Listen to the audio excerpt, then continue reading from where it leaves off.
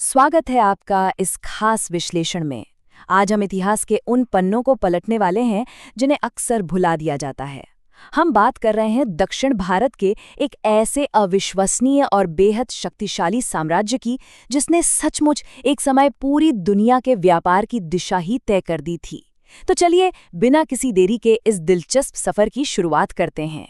जरा सोचिए, क्या आपको पता है कि प्राचीन भारत में एक ऐसा साम्राज्य था जिसका रोम के साथ इतना जबरदस्त व्यापार था कि खुद रोमन सम्राट घबरा गए थे। जी हाँ, उन्हें अपनी अर्थव्यवस्था डूबने का डर सताने लगा था। रोम का सारा खजाना, सारा सोना बड़ी तेजी से भारत की तरफ खिंचा चला आ रहा था।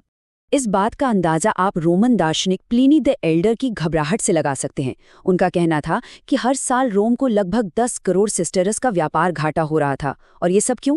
क्योंकि रोम के लोग भारत के रेशम, मसालों और विलासिता की चीज़ों के इतने दीवाने हो चुके थे कि रोम का सोना चांदी पानी की तरह इस प्राचीन भारतीय साम्राज्य की तिजोरियों में भर रहा था।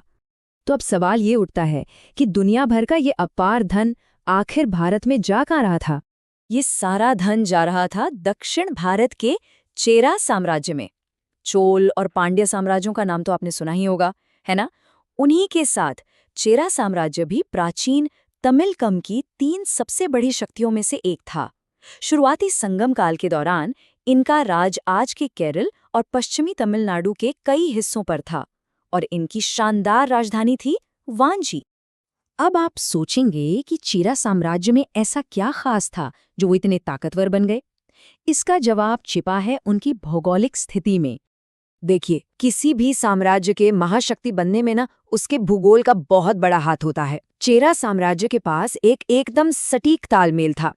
एक तरफ विशाल पश्चिमी घाट थे जो दुश्मनों से बचाने के लिए एक प्राकृतिक दीवार तो थे ही, साथ ही वहां से बेहतरीन लकड़ियां और दुनिया भर में मशहूर मसाले भी मिलते थे। और दूसरी तरफ था अरब सागर का खुला तट, यानी पूरी दुनिया से व्यापार करने का सीधा रास्ता। इस कमाल के भौगोलिक संतुलन ने उन्हें वैश्विक व्यापार का बेताज बादशाह बना दिया और अपनी इस जगह का उन्होंने भरपूर फायदा उठाया, खासकर भूमिधर सागरी देशों के साथ।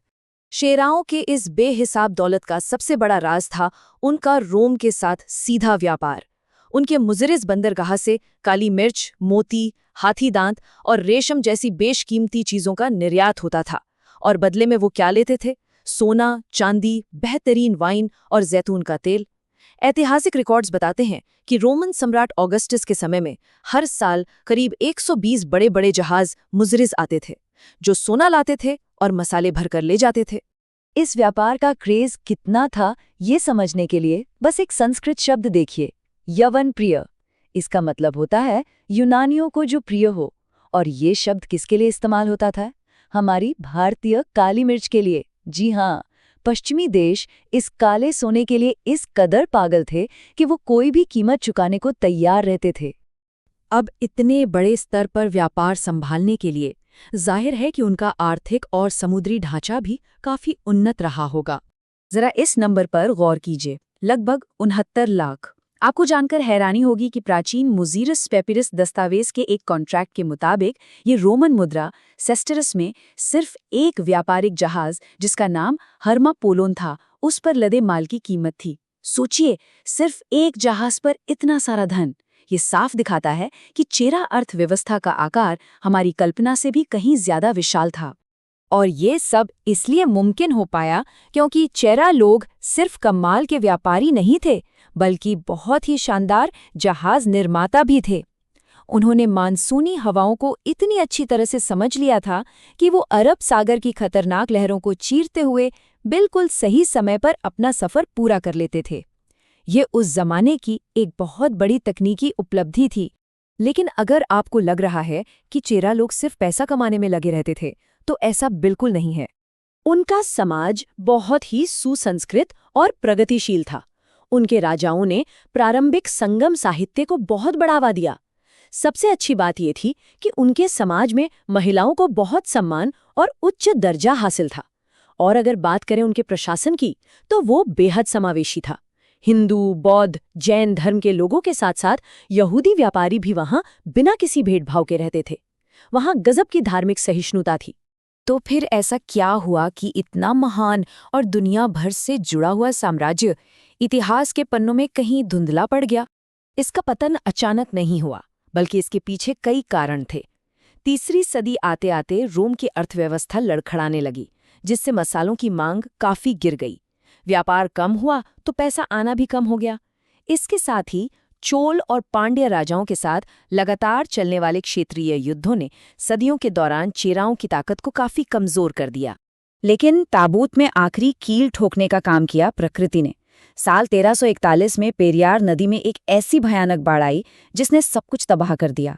इस प्रलय ने केरल का भूगोल ही बदल कर रख दिया और मुजीरिस जैसा वो महान विश्व प्रसिद्ध बंदरगाह हमेशा हमेशा के लिए पानी में डूब गया।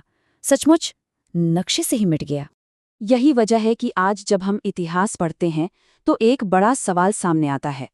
सवाल ये कि इतना शक्तिशाली होने के बावजूद चेरा साम्राज्य को चोल या पांडे साम्राज्यों जैसी पहचान क्यों नहीं मिल पाई? इसका एक सीधा सा कारण है। चोल और पांड्य राजाओं ने बड़े बड़े भव्य पत्थर के मंदिर बनवाए, विदेशी जमीनों पर फौजी चढ़ाई की, जिनके ठोस सबूत आज भी सीना ताने खड़े हैं। इसके उलट चेराओं की असली ताकत उनका व्यापार था, उनकी अर्थव्यवस्था थी। और जब उनका सबसे खास शहर मुजरिस ही बाढ़ में लुप्त हो गया तो भव्य स्मारकों के बिना उनकी विरासत को दुनिया के सामने जिंदा रखना बहुत मुश्किल हो गया। ये पूरी कहानी हमें सोचने पर मजबूर कर देती है कि हम इतिहास को कैसे याद रखते हैं, है ना?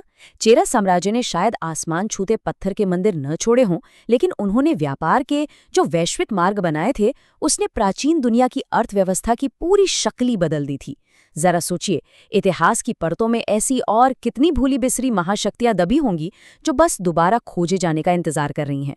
इस दिलचस्प विश्लेषण में हमारे साथ जुड़ने के लिए आपका बहुत बहुत धन्यवाद।